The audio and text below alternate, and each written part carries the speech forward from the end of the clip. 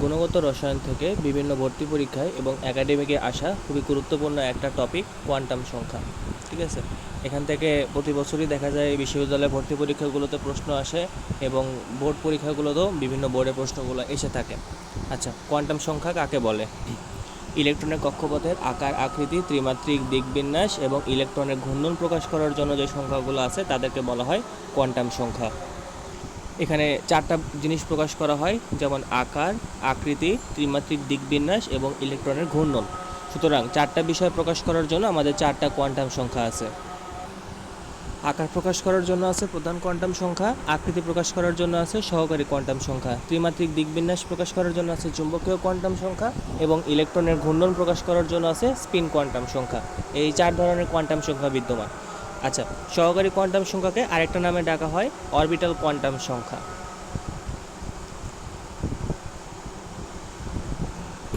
এর আরেকটা নাম আছে, এটাকে অনেক সময় সমারফিল্ড কোয়ান্টাম সংখ্যা নামেও ডাকা হয়।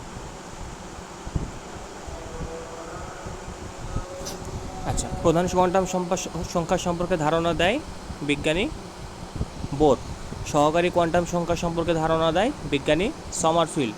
চুম্বকীয় কোয়ান্টাম সংখ্যা সম্পর্কে ধারণা দেয় বিজ্ঞানী জি ম্যান এবং স্পিন কোয়ান্টাম সংখ্যা সম্পর্কে ধারণা দেয় ওলেনবেক।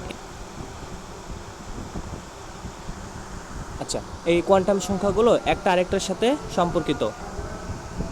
কোয়ান্টাম সংখ্যাকে বিভিন্ন সাংকেতিক চিহ্ন দিয়ে প্রকাশ করা হয়, যেমন প্রধান কোয়ান্টাম সংখ্যাকে এন দিয়ে প্রকাশ করা হয়, সহকারী কোয়ান্টাম সংখ্যাকে এল, চুম্বকীয় কোয়ান্টাম সংখ্যাকে এম এবং স্পিন কোয়ান্টাম সংখ্যাকে এস দিয়ে প্রকাশ করা হয়। এই কোয়ান্টাম সংখ্যাগুলো একটা আরেকটার উপর নির্ভরশীল। যেমন সহকারী কোয়ান্টাম সংখ্যা এটা প্রধান কোয়ান্টাম সংখ্যার উপর নির্ভর করে। কিভাবে? সহকারী কোয়ান্টাম সংখ্যা এল এর মান 0 হতে n-1 পর্যন্ত হয়ে থাকে। এটা হচ্ছে সহকারী কোয়ান্টাম সংখ্যা। ফর এক্সাম্পল, আমি যদি বলি আমাদের প্রধান কোয়ান্টাম সংখ্যা 3, তাহলে এইটার জন্য সহকারী কোয়ান্টাম সংখ্যা এল এর মান কত হবে? এল এর মান হবে 0, 1, 2, তিনটা হবে। এখন 0 মানে ইন্ডিকেট করে এটা এস উপশক্তি স্তর, 1 মানে ইন্ডিকেট করে এটা পি উপশক্তি স্তর, আর 2 মানে এটা ইন্ডিকেট করে ডি উপশক্তি স্তর। আচ্ছা, এরপর চুম্বকীয় কোয়ান্টাম সংখ্যা এম, এইটা সহকারী কোয়ান্টাম সংখ্যার উপর নির্ভর করে। কিভাবে? এম এর মান -L হতে 0 সহকারে +L পর্যন্ত। যেমন এখানে একটা প্রশ্ন দেওয়া আছে, পি উপশক্তি স্তরে ত্রিমাত্রিক দিকবিন্যাস দেখাও। আচ্ছা, পি উপশক্তি স্তরের জন্য এল এর মান হবে 2। এখন এল এর মান যদি 2 হয়, তাহলে এম এর মান -L হতে 0 সহ +L পর্যন্ত, দ্যাট মিন্স -2 হতে 0 সহকারে +2 পর্যন্ত হবে। আর এগুলো পূর্ণ সংখ্যা হবে, দ্যাট মিন্স -2, -1, 0, +1, +2। এখন -2 মানে এটা dxy অরবিটাল, -1 মানে dyz অরবিটাল, 0 মানে ইন্ডিকেট করে dzx অরবিটাল, +1 মানে dx² y² অরবিটাল ইন্ডিকেট করে, আর +2 মানে dz² অরবিটাল ইন্ডিকেট করে।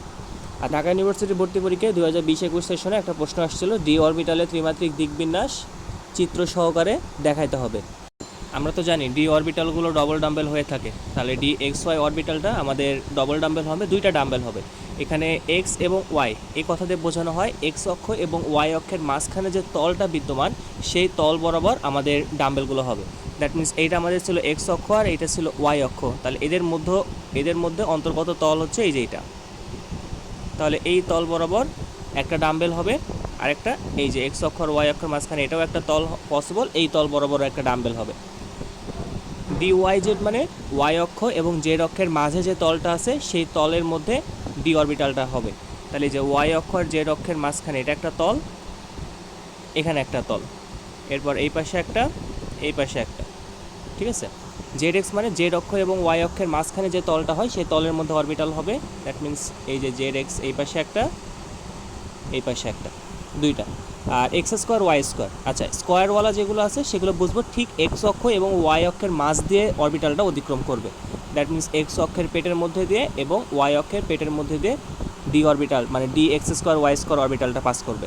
আর ডি জেড স্কোয়ার যদি বলি তাহলে জেড অক্ষ বরাবর একটা প্রধান অরবিটাল থাকবে, আর এর পাশে সাইড দিয়ে এরকম রিংয়ের মতো একটা স্ট্রাকচার দিয়ে ডি জেড স্কোয়ার অরবিটালকে বোঝানো হয়।